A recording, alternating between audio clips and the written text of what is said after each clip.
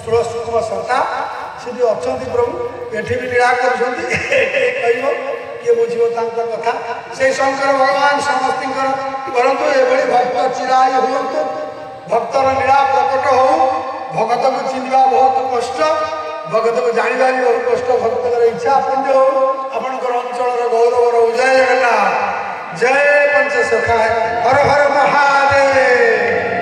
जय जगन्नाथ धन्यवाद।